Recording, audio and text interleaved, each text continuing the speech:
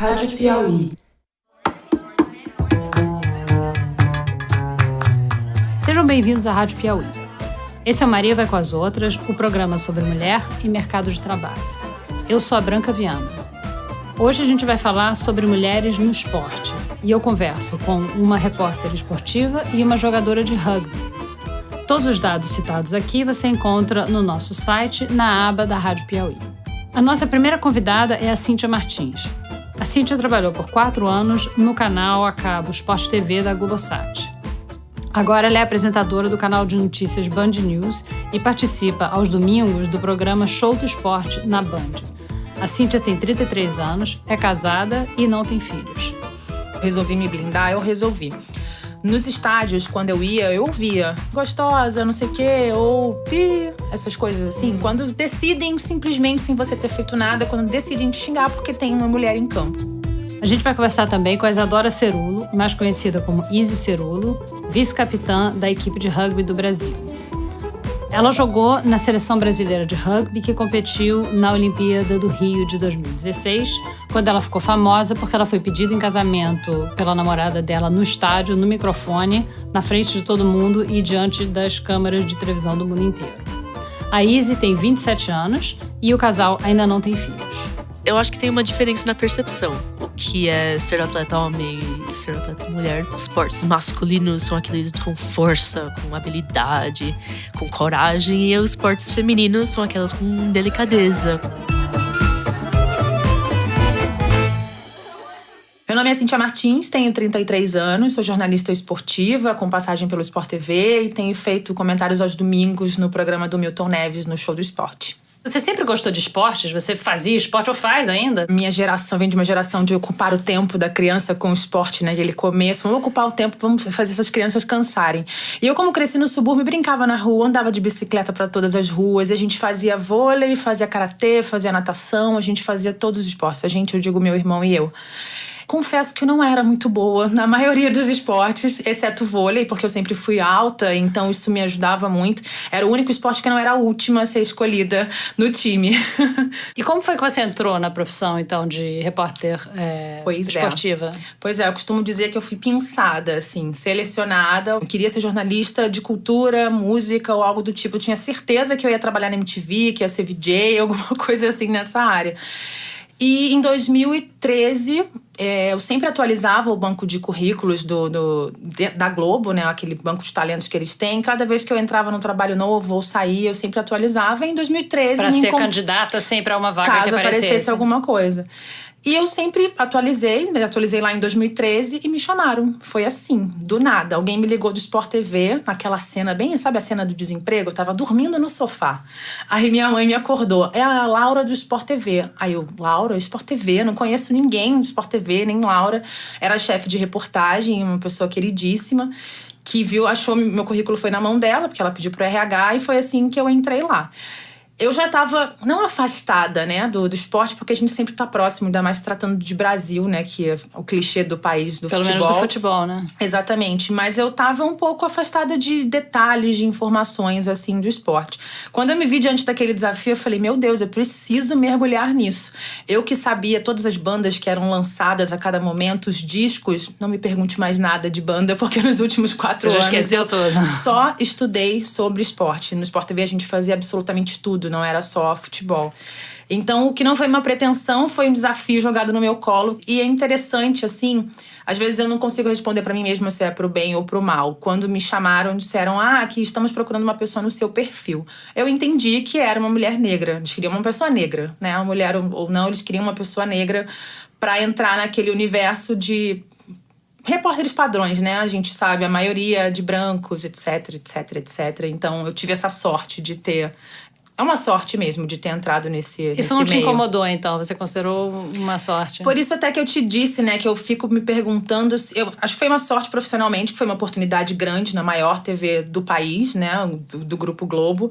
Mas, ao mesmo tempo, eu pensava que eu estava ali pra ocupar... Eu não gosto nem de dizer essa coisa de cota, não, sabe? Mas hoje em dia parece que ser negro tá na moda, então a gente tem que ter um negro sempre em algum ambiente de trabalho, sabe? Mas isso não é ruim, né? Porque os brancos sempre tiveram vantagem, exatamente. Então agora os negros têm vantagem Não é ruim, mas perfeitamente não justo. devia ter apenas um, né? Eu gostaria de ver mais nas redações, mais gente na frente da câmera. E na redação, então, de esporte só tem você? Na época que eu entrei, tínhamos eu e o Thiago Oliveira, que entramos juntos na época. O Thiago Oliveira continua. E o Diego Moraes também, que entrou na mesma época junto comigo. E agora tem a Camila Silva também, em São Paulo. E com relação a mulheres, você falou que quem te ligou foi uma pessoa chamada Laura, que era chefe da reportagem. Isso, chefe da reportagem. E tinha muitas mulheres na reportagem de esporte da Globo? Olha, o número masculino é majoritário, assim. Hoje existe um equilíbrio que ainda podia ser melhor. Acho que no geral, não só no esporte da Globo, como no jornalismo esportivo do país inteiro. Você já teve, e seus colegas, vocês já tiveram o conhecimento de vocês por esporte questionado pelo fato de vocês serem mulheres? Com toda certeza, absoluta. Nosso segundo programa, do Milton Neves... É o programa na Band que você faz? Isso. Fizeram uma crítica no UOL, aquelas coisas de audiência, etc., e falaram, né, falaram das comentaristas e os comentários das pessoas, né, dos usuários, né, dos leitores. Porque mulher falando de futebol é estranho, é uma droga, usando palavrões. Mesma história de sempre, tem que lavar louça. No Twitter, a mesma coisa, entendeu? Então, o tempo inteiro nós somos questionadas como se a gente, de fato, não entendesse daquilo. Não tivesse estudado da mesma forma que um homem, entendeu? Ou, às vezes, nem estudar. Às vezes, muitas meninas que eu convivi nesses anos no esporte, desde cedo, como o menino é levado para o estádio junto com os pais, ela também foi levada junto com os pais para o estádio e aprendeu ali por osmose mesmo, de estar no sangue, entendeu? Independentemente dela precisar estudar ou não.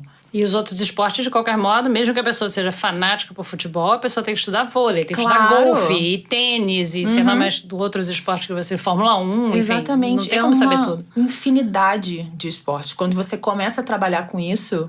Você, às vezes, bate aquela insegurança, porque é natural, né? Você precisa aprender de tudo. Para você me entrevistar, você precisou estudar, saber um pouco sobre a minha história, para você não chegar no escuro. Então, acho que para qualquer pauta que você vai fazer, é a mesma forma, é uma infinidade de esportes. Então, esse programa que você faz é um programa que tem mulheres. Além de você, tem outras mulheres. Isso. É o primeiro programa, assim? É, o primeiro programa, sim. Que é uma mesa majoritária de mulheres. Mas a gente quer lutar também para que um dia as mulheres possam comandar o programa com outras mulheres na mesa, né? Porque me incomoda muito a presença da mulher quando ela está num programa, né, de esporte, a sensação de que ela está ali servindo.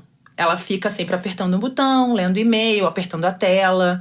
Falta só ter uma bandeja e levar uma cerveja para os caras que estão sentados ali. É assistente. Exatamente, usou a palavra correta. E como é que é a reação dos dirigentes e dos atletas? Como é que eles reagem à cobertura de esportes feita por mulher? Olha, no geral, assim, eu nunca presenciei, não conheço relatos de que eles tenham questionado de fato por ser uma mulher. E, recentemente, até essa campanha do Deixa Ela Trabalhar, os clubes aderiram de fato, colocaram em telões de jogos no estádio, no Maracanã. Vamos explicar o que foi a campanha? Teve uma campanha entre as jornalistas esportivas com o hashtag Deixa Ela Trabalhar. Fizeram um vídeo que repercutiu muito, como você está dizendo. E agora explica para o ouvinte o que é a campanha. Jornalistas de esporte resolveram, vamos fazer um grupo para a gente criar alguma coisa, pensar em alguma coisa para jornalistas de esporte, mas não tinha uma causa definida. Até que a Bruna Deltri, que é a repórter do Esporte Interativo, que foi, acho que é o caso mais emblemático que encabeçou esse movimento. Por quê? Ela estava fazendo um ao vivo e um torcedor veio por trás dela e simplesmente deu um beijo na boca da menina. Então aí a causa perfeita era essa, né? De na pedir câmera, respeito. que é sendo filmado. Exatamente, ao vivo. Só mostra como o comportamento é considerado considerado muito normal, porque tem uma câmera e exatamente. O cara não se incomoda de fazer isso. Exatamente. E a Bruna até é uma repórter excelente, é uma pessoa incrível. E ela até falou que ela sempre gostou muito de estar no meio do povão, porque às vezes o jornalista pode ter aquele receio, ai, não vou lá, porque pode atrapalhar o meu ao vivo, não sei o que. Ela gosta de estar no meio da torcida, porque é dali que você cata e capta histórias muito interessantes. E justamente no meio da torcida, fazendo o que ela gosta, o que ela sabe fazer muito bem, o cara simplesmente veio por trás e deu um beijo na boca dela. Então foi assim que o movimento surgiu, encabeçou, né, com esse disparate desse torcedor. E elas fizeram um movimento coletivo de pedir para várias jornalistas, eu conheço a maioria das que aparecem no vídeo, gravarem em casa mesmo, né, pedindo respeito, e selecionaram também frases que os torcedores falam pra elas nas redes sociais, assim, coisas assim, verdadeiras atrocidades, sabe? Falta de respeito com mulheres que trabalham, querem apenas trabalhar e que entendem do assunto que estão falando. Então foi assim que surgiu a campanha, saiu na Fátima Bernardes, no Altas Horas, em vários programas da Globo, de outros canais também, nos jornais internacionais da França, Espanha, Alemanha, os principais jornais do mundo. Eu compartilhei, eu continuo compartilhando, mas é óbvio que existem os haters, né? Quando você coloca qualquer coisa relacionada à pauta do feminismo, começa a geração mimimi, não pode falar nada, porque não pode mais receber elogio. Eu não quero receber elogio enquanto eu estiver trabalhando. Existe hora pra isso. Isso já te aconteceu também? Várias vezes. Por exemplo, quando eu cheguei ao Sport TV, a gente sabe que a nossa profissão é muito de um indicar o outro, né? E também não é um problema, porque às vezes se você me conhece o meu trabalho, indicar o meu trabalho pode ser uma coisa interessante, mas é ruim pra quem nunca trabalhou, pra quem não conhece os profissionais. E eu me encaixava nessa estatística. Não conhecia ninguém, não tinha família jornalista, não tem nada a ver com isso. E fui cair justamente no canal, o maior canal de esporte do país. Então, cheguei sozinha, tentando tatear, sentir onde é que eu tava pisando. Então, hoje, que eu já conheço todo mundo, fiz muitos amigos lá, eu fico imaginando como muitas pessoas não falaram a meu respeito. Quem é essa daí? Quem é essa menina? E com os anos eu fui descobrindo que realmente falavam. Numa viagem com um narrador, a gente conversando, ele perguntando sobre a minha vida. Eu falei da forma que eu tinha entrado lá, ele disse assim, agora eu te respeito ainda mais, porque achei que você fosse peixe do Raul. Ou seja, Raul era o diretor do canal na época. E várias jornalistas, amigas, passam por isso em várias editorias. De serem acusadas de estar tendo caso com alguém? Sim, a gente escuta isso o tempo inteiro. Para a maioria das pessoas é porque ela teve um caso com o chefe. A campanha fez diferença, você acha? Eu acho que fez. Porque muitas meninas resolveram não... Quem não, às vezes não tinha essa coragem de ter voz, resolveram não se calar. É ter um apoio, né? Você tá sabendo que tem o apoio de outras profissionais que passam pelas mesmas coisas todos os dias, isso é muito importante. Tem duas amigas que são dois nomes muito fortes, assim, nessa luta, antes mesmo do movimento existir. A Lívia Laranjeira e a Bibiana Bolson. São muito competentes. A Lívia era a única repórter que estava no acidente da Chapecoense, a única brasileira. Ela estava lá para cobrir o jogo, ela estava acompanhando a Chapecoense durante toda a semana. O Globo Esporte de hoje é um Globo Esporte de luto. No avião que caiu perto do aeroporto de Medellín, na Colômbia, estavam 81 pessoas, foram 6 sobreviventes apenas, portanto 75 mortos. A delegação da Chapecoense e os jornalistas sairiam num voo fretado de São Paulo para Medellín, na Colômbia, local do jogo. Vou falar agora com a Lívia Laranjeira. A Lívia está na porta do hospital onde os sobreviventes desse acidente foram levados, né, Lívia? Você pode atualizar essas informações para a gente? Claro, Escobar, boa tarde para você, para todo mundo ligado com a gente. A gente tem imagens da chegada do zagueiro Neto aqui a esse hospital. Foi o último jogador, o último sobrevivente a ser encontrado com vida no local do acidente. E ela estava lá, então era a única. Ela entrou o dia inteiro na TV Globo para falar do que estava acontecendo lá. Aí começaram a falar, olha, quem apadrinhou essa daí? De onde ela veio? Que menina ruim, não sei o quê. E ela sempre bate de frente, ela não deixa barato. Isso na internet? Na internet. Eu até já falei pra ela às vezes, será que não é um desgaste muito grande você tá sempre entrando, batendo de frente com torcedores, com pessoas de pensamento pequeno? Mas é importante ter pessoas como ela também, sabe? Porque ela encabeça um movimento e dá coragem para que outras pessoas não deixem isso barato. A partir do momento que a gente for ouvir coisas desse tipo nas redes sociais, às vezes não é simplesmente só bloquear. Às vezes é importante você bloquear aquele cara, mas às vezes não é somente bloquear, sabe? Você precisa realmente ter uma voz, porque não é só dentro dos estádios, nas redes sociais que isso acontece. Isso está instalado na nossa sociedade, está enraizado na sociedade. As pessoas acham normal dizer que uma mulher, em qualquer profissão, devia estar lavando louça, devia estar cozinhando. Recentemente, um professor, né, ele também participa, às vezes, de vários programas de TV, ele é até conhecido, falou para uma jornalista esportiva, porque ela discordou dele, que ela devia voltar para a cozinha. No ar? Exatamente. E assim, é bom a gente ter essa voz aqui de falar sobre esse tipo de coisa, de levantar essas questões, porque alguma coisa vai ter que mudar, sabe? Hoje, até com esse deixa ela trabalhar, né? O torcedor foi expulso do estádio, o outro foi levado pra delegacia. Teve um torcedor expulso do estádio? Teve. Então, pelo menos... Isso depois da campanha, deixa ela trabalhar. Depois da campanha. Então, algumas medidas estão sendo tomadas. E você reage na internet aos haters? Olha, eu não reajo. É uma opção minha. Se eu resolvi me blindar, eu resolvi. Nos estádios, quando eu ia, eu ouvia gostosa, não sei o quê, ou pi, essas coisas assim. Quando decidem, simplesmente, sem você ter feito nada, quando decidem te xingar porque tem uma mulher em campo. Quando você entra para as transmissões, você tá sempre com um fone de ouvido. E eu sempre deixava um lado de fora para poder ouvir técnico, alguma outra coisa, ficar com o fone prestando atenção na transmissão, na coordenação, e outro prestando atenção no ambiente. Só que eu comecei a resolver usar os 2 fones. Porque eu falei, não, eu não vou mais ouvir as grosserias que as pessoas falam e se sentem no direito de falar no meu ambiente de trabalho. A gente entrevistou aqui no Maria Vai com as Outras, a gente entrevistou a Eugênia Moreira, que foi diretora da Globo News durante muitos anos, né? E ela comentou a preferência das emissoras, de um modo geral, não só da Globo, por mulheres jovens e bonitas para botar na frente da câmera. A gente vê isso muito na reportagem política, em todas as reportagens, mas no esporte eu tenho a impressão de que é mais ainda. Quer dizer, tem poucas mulheres e todas as mulheres que aparecem no vídeo são jovens e são bonitas, né? São mais jovens. Você sente essa pressão? Com certeza. Eu me lembro, tem uma apresentadora muito competente, excelente, muito bonita, que pra mim é jovem, quem tem 40 anos é jovem. Eu já ouvi de pessoas homens, né? Não vou citar nomes, mas já ouvi, daqui a pouco estão encostando ela, tá ficando velhinha. Ela é linda, ela é jovem, e mesmo que ela não fosse, ela é competente. Porque o homem pode ser velho, careca, gordo. Não Exatamente. Pro homem, quanto mais anos de profissão você tem, mais te respeitam. Pra mulher é o contrário. Quando você envelhece, elas querem te tirar do vídeo, especialmente se você for repórter de televisão. Os espectadores reclamam do look, porque a Eugênia Moreira, ela falou que as pessoas chegam ao ponto de telefonar para um número que a Globo tem para telespectador, telefonar para reclamar de roupa, de cabelo, de maquiagem, e que homem ela nunca ouviu ninguém reclamar. Não, comigo, além da relação em relação à roupa, tinha o cabelo, porque eu era a única repórter negra. Meu cabelo é estilo Black Power porque é a característica do meu tom de pele, da raça negra, entendeu? Pediu pra você alisar o cabelo? Na verdade, não. Mas essa reclamação acontecia comigo de lá de dentro mesmo.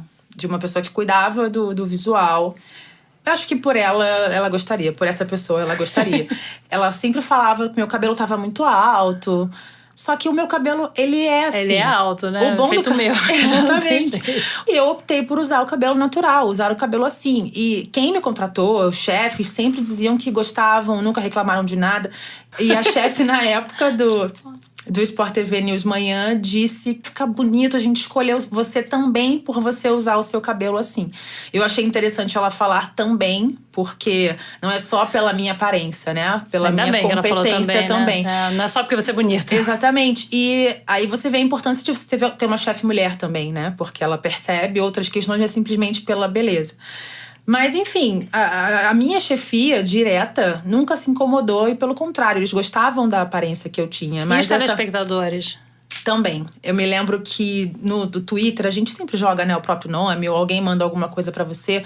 Ai, que legal, pra uma repórter negra na Globo, nunca tinha visto. A gente se torna referência de alguma forma. Várias meninas vêm me escrever dizendo: eu vejo você como jornalista esportiva, então é o meu sonho. Você me ajuda a saber que eu vou realizar meu sonho e vou chegar em algum lugar. Isso é muito importante para gerações que estão começando. E meninas negras também. Eu tenho um número maior de negros me seguindo porque falta representatividade, né? Falta gente em posições de televisão, negros, para aparecerem, para serem algum tipo de referência para essas pessoas. Muito obrigada, Cíntia. Obrigada a vocês, gente.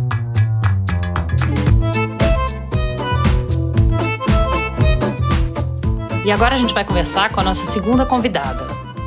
Sou a Isadora Cerula, conhecida como a Izzy, da Seleção Brasileira de Rugby. Eu atuei nos Jogos Olímpicos, Rio 2016, também nos Jogos Pan-Americanos em 2015, onde conquistamos a medalha de bronze para o Brasil. Você é americana e brasileira, né? Sim, eu nasci nos Estados Unidos, mas meus dois pais são brasileiros. Foram para lá em 79 para fazer pós-graduação, também na época da ditadura finalizando aqui no Brasil. Então, para eles foi um momento de ter essa ruptura da vida deles no Brasil para construir outra vida nos Estados Unidos. Não tinha muitas oportunidades para eles aqui. Eles estudaram na USP, fizeram física na USP. Então, foram para lá e ficaram lá. Conseguiram empregos, se tornaram cidadãos americanos e agora tem passado mais tempo lá, são mais americanos do que brasileiros hoje em dia. Você tem irmãos? Eu tenho um irmão mais velho e eu sou trigêmea com mais 2 irmãos. Trigêmea? Que legal! Então eu sou a única menina da turma e foi aí, eu tive uma criação bem sem essa distinção de gênero, porque era muito mais fácil colocar todo mundo junto, fazendo a mesma coisa. Mas eu sempre joguei futebol e até joguei nos times dos meus irmãos, porque era mais fácil levar a turma inteira pra jogar, até que... E podia jogar a menina no time do menino? Podia.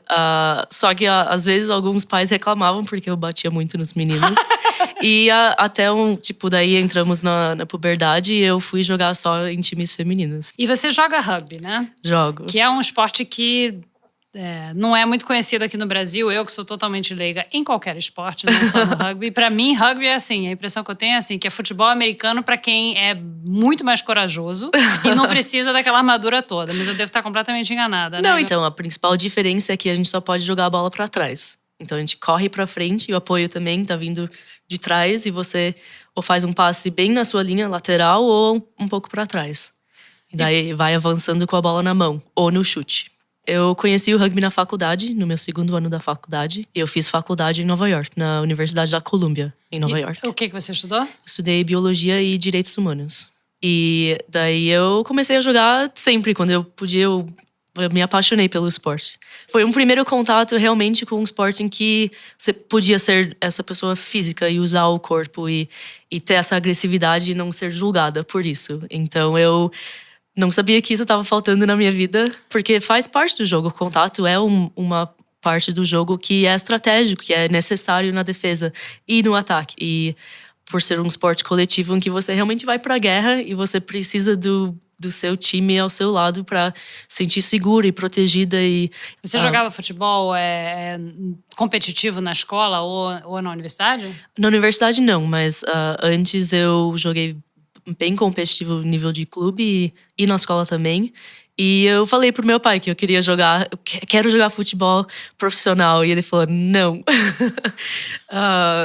E ele falou que eu precisava estudar. E na época, eu fiquei meio resmungando essa decisão que ele tomou pra mim, mas eu entendia que era importante estudar e falou pra todo mundo que eu ia estudar, eu ia pra faculdade. Eu não ia tentar entrar numa faculdade por mérito esportivo, como nos Estados Unidos é comum você ganhar uma bolsa para estudar através do esporte. E falou que não, eu ia entrar por mérito escolar. Sempre era essa coisa de, mas outras pessoas são atletas e eu vou estudar. E eu vou ser médica e eu vou seguir por outros caminhos. Você ia fazer medicina? Então, medicina nos Estados Unidos é uma pós-graduação. Então, eu tava me encaminhando. Biologia sendo uma base na ciência. E então, tudo virou de ponta cabeça quando um treinador meu me encaminhou à chamada da Confederação Brasileira de Rugby, tentando achar atletas fora do Brasil, que são brasileiros, para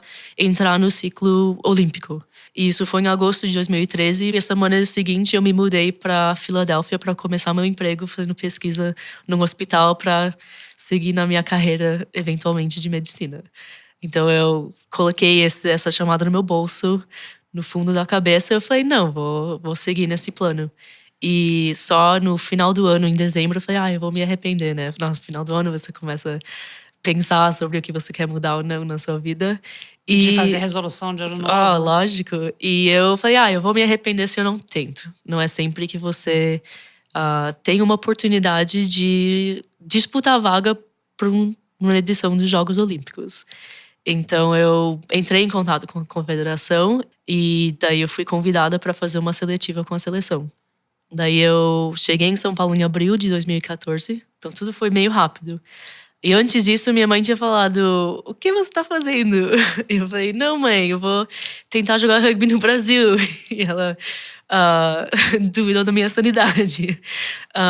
Mas ela... Mas não tentou te impedir, falou, não. Então, nesse sentido, meus pais sempre foram muito abertos a me apoiar em tudo que eu quis fazer na vida. Então, eles realmente queriam saber que eu tava fazendo a coisa certa e tinha colocado tudo na balança. Então, uma semana antes de eu viajar para o Brasil, eu prestei na prova, que é muito importante para fazer parte da sua aplicação toda para a escola de medicina. Então, falei, não, se não dá certo no Brasil, eu volto, eu tenho essa prova, eu tenho as cartas de recomendação de professores, enfim, muita coisa, e eu vou encaminhar tudo isso para as escolas. E a tua ideia, então, era que se você chegasse aqui, você não passasse na seleção... Eu ia voltar. Você ia voltar e fazer a sua faculdade de medicina. Isso. Daí eu treinei 2 semanas aqui em São Paulo e passei 3 semanas com o time de desenvolvimento do Brasil na época, na Europa, disputando 3 torneios. E eu tinha um português muito enferrujado. Não era bom? Não era só esse sotaquezinho que você... O português é perfeito, só que você tem um leve sotaque. Não, eu cheguei aqui, uau, americano. Eu, quase chorei saindo do aeroporto porque eu não sabia, pedir um táxi. Uau, aprendeu rápido, então. Você jogou, então, no Pan-Americano em 2015? No Canadá. E logo depois, então, nas Olimpíadas. E como foi? Foi incrível.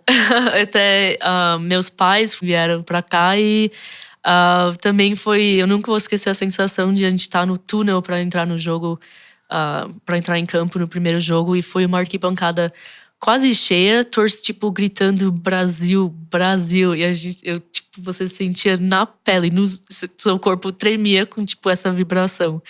Eu me tornei mais brasileira com esse processo e também eu acho que eu consegui resgatar um pouco deles também. E você tem parentes, primos, tios? Ou... Tenho, e a maioria aqui no Brasil. Então você aqui convive com a sua família? Eu moro com minha esposa, as 2 gatas e meu cunhado. E daí eu visito tios. Seu cunhado é irmão dela. Isso. Falando nela, sim, você foi estrela de um dos acontecimentos assim, mais memoráveis das Olimpíadas, que foi que ela te pediu em casamento no meio do estádio com o microfone na frente de todo mundo, né? Então, ela escolheu fazer depois da cerimônia das medalhas, quando o estádio estava vazio. Só que alguém alertou a imprensa, mas ela queria fazer só pra minha equipe. E pra equipe dela, ela era gerente lá no estádio. E todo mundo sabia, o estádio inteiro sabia, só você que não. Eu não sabia, não sei. E daí a gente entrou, e foi bem bonito até. A gente entrou no campo vazio, ainda iluminado. E a gente tinha jogado aquele dia, alguém alertou a imprensa e vários ficaram no estádio. E alguém deu um microfone pra Marjorie, daí ela começou a falar e... meu time me convenceu para me aproximar e eu nem conseguia entender o que ela estava falando, mas no meio do microfone saiu e eu quero fazer uma pergunta importante para alguém.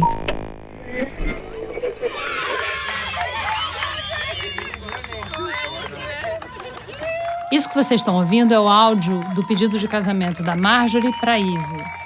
Infelizmente, não dá para ouvir nada do discurso dela, então não serve para o rádio. Mas a gente vai colocar o vídeo lá na nossa página, no cantinho do Maria Vai com as Outras, para vocês poderem ver.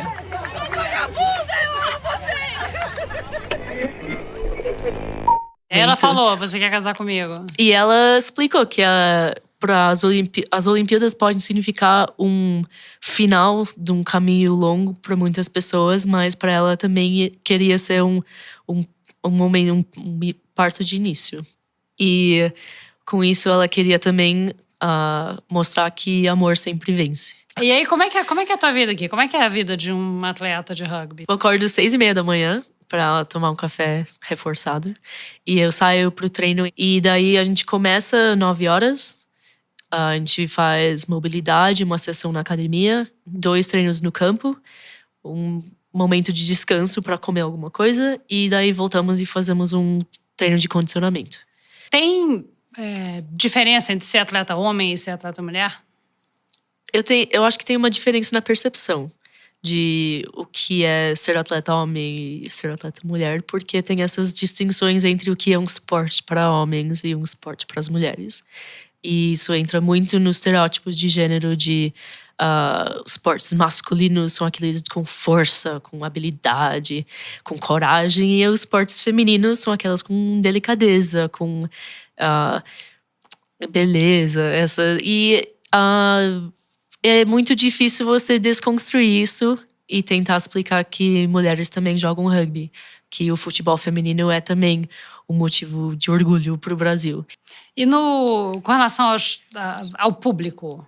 O público tem algum preconceito contra rugby feminino? Ou não? Tem. Infelizmente tem. E é mais se alguém não conhece o esporte. Sempre tem aquele... Ai, mas você é mulher e você joga rugby? É um esporte pra você? É violento, agressivo, não é coisa de menina. E daí, é sempre um momento interessante de perceber se a pessoa tá aberta a ter essa conversa. De vamos conversar sobre isso, de por que você não vai colocar a sua filha pra jogar rugby ou tentar rugby. E se a pessoa tá aberta a ter essa conversa, eu acho um momento uma oportunidade legal de fazer pensar de que a sociedade sempre fala para os meninos terem coragem e as meninas terem medo. E de que você incentiva seu filho a ser forte e sem medo, ir pra frente e mostrar toda a força dele, e sua filha ser delicada e não estraga a unha e não vamos ralar o joelho e não perceber que o corpo é muito resiliente. E de repente você meio que vira tudo isso de ponta cabeça porque você joga um esporte em que você cai no chão, bate nas pessoas e tudo isso com técnica, com treinamento e tudo, mas é contra tudo que a sociedade ensinou do que é sobre o que as meninas deveriam fazer. Você sentia isso quando você era pequena, que você jogava futebol? Porque futebol tem isso, né? Quer dizer, também é um esporte de contato. Você gostava de esporte? As pessoas diziam, nossa, você parece menino. E eu era muito tomboy crescendo, então usava roupa... entre aspas, de menino, porque era confortável, eu conseguia correr sem uma calça, tipo, justa me impedindo a correr. Ou podia jogar basquete sem uma camisa muito apertada em que eu não conseguia lançar a bola. E eu nem percebia que era estranho até sofrer um pouco de bullying na escola, porque uma menina falou pra mim, nossa, você é esquisita, você só usa roupa de menino. E esse bullying que começou com 8 anos, ele continuou ou foi com 8 anos e... daí parou? Eu tomei um pouco de consciência sobre o que pessoas talvez achavam de mim. Comecei a usar mais roupa de menina. As pessoas estranham. E eu gosto quando tem essa interação com outra mulher. Porque normalmente é um elogio e é muita surpresa até. E alguém falar, nossa, uau, que mulher, o que você faz. E às vezes... por trás de tudo isso é tipo, obrigada por estar na rua sem se esconder. É muito diferente, mas nunca é uma mulher que me pergunta, sempre é um homem que pergunta se eu sou mulher ou homem. Olha só, as pessoas perguntam se você é mulher ou homem? Sim. Sim, na rua, às vezes. E daí tem esse primeiro... Só quero saber pra daí ver como eu vou reagir, coisa assim. E daí eu falo, sou mulher. E às vezes é um... uau, e você tem músculos assim. E outras vezes é aquele... preciso controlar meu rosto e pensar no que eu vou falar agora. A pessoa que perguntou. Isso. Mas a maioria das vezes, pelo menos nos últimos anos, é muito uau. Eu nunca achei que uma mulher poderia ter um corpo assim. E isso eu acho que é bom. Eu acho que é um momento da pessoa começar a repensar esse estereótipo. E quando você é margeritão na rua, você sofre algum tipo de preconceito? Não. Uma vez que eu consigo lembrar, alguém passou num carro, um caminhão e gritou, sapatão. E a gente só se olhou e falou, é assim mesmo. Com muito orgulho. E a gente só... não sei, os momentos em que você percebe que...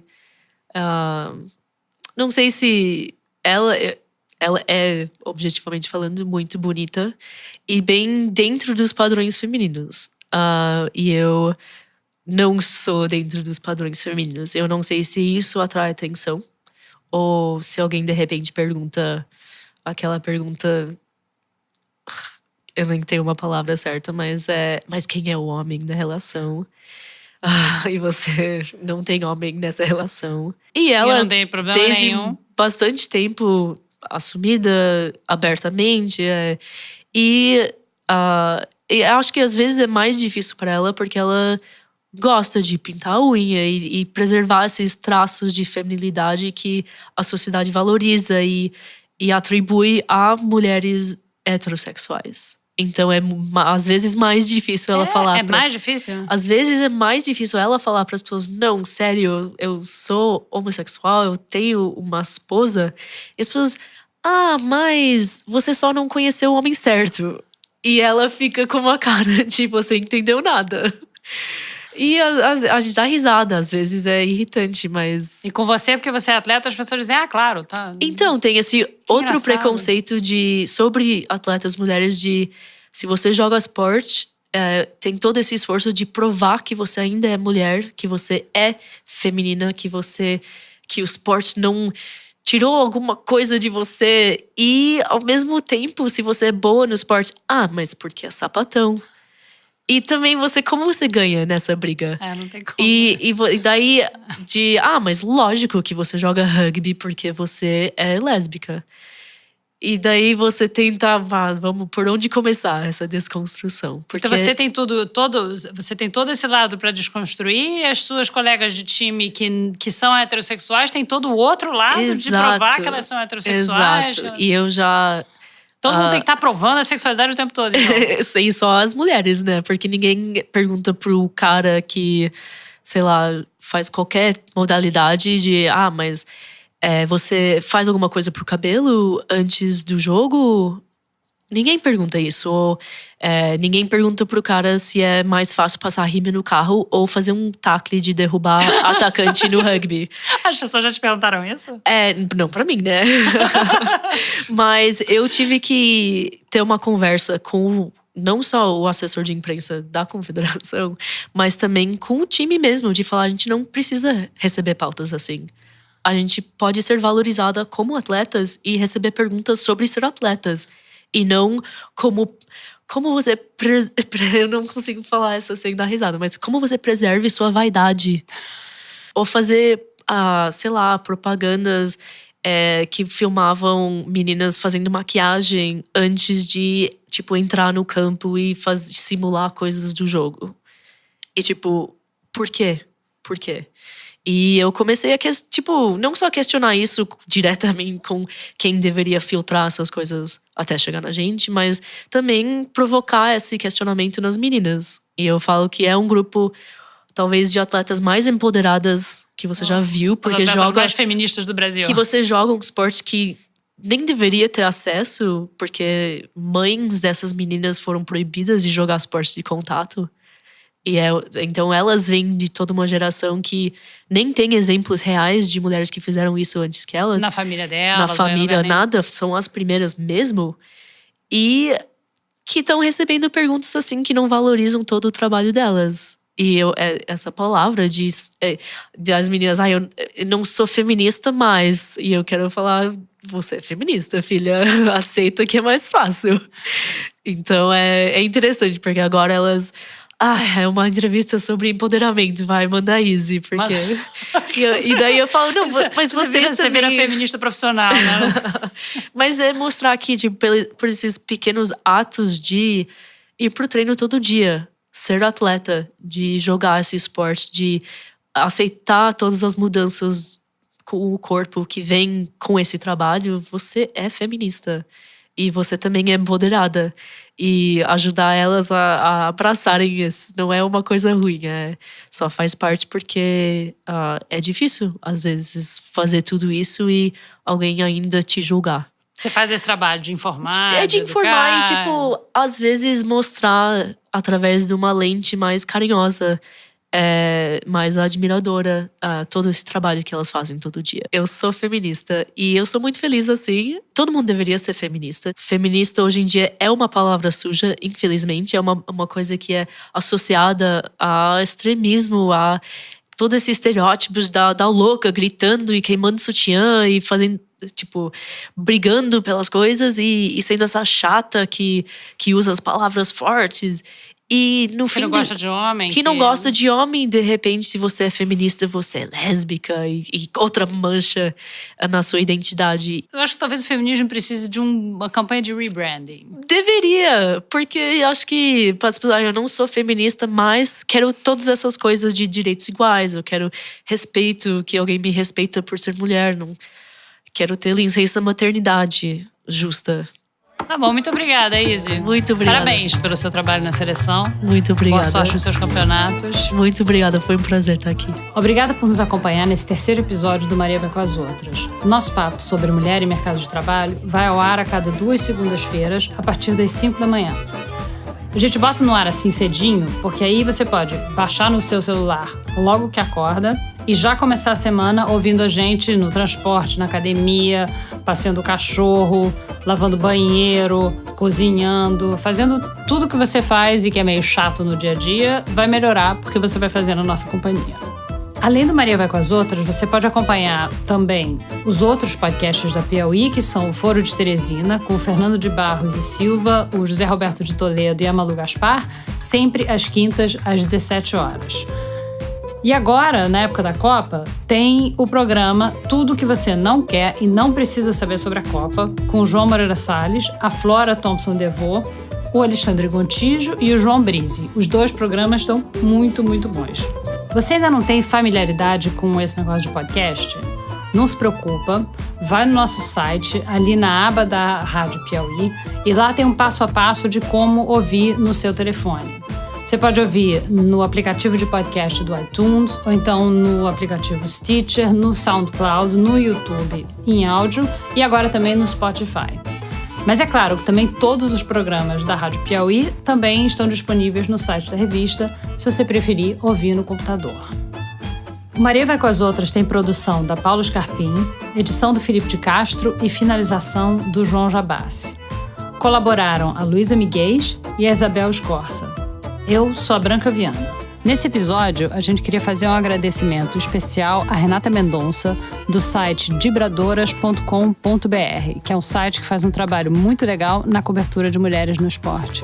O nosso próximo programa vai ao ar no dia 16 de julho e vai ser sobre pessoas que interromperam a carreira para cuidar dos filhos. Até lá!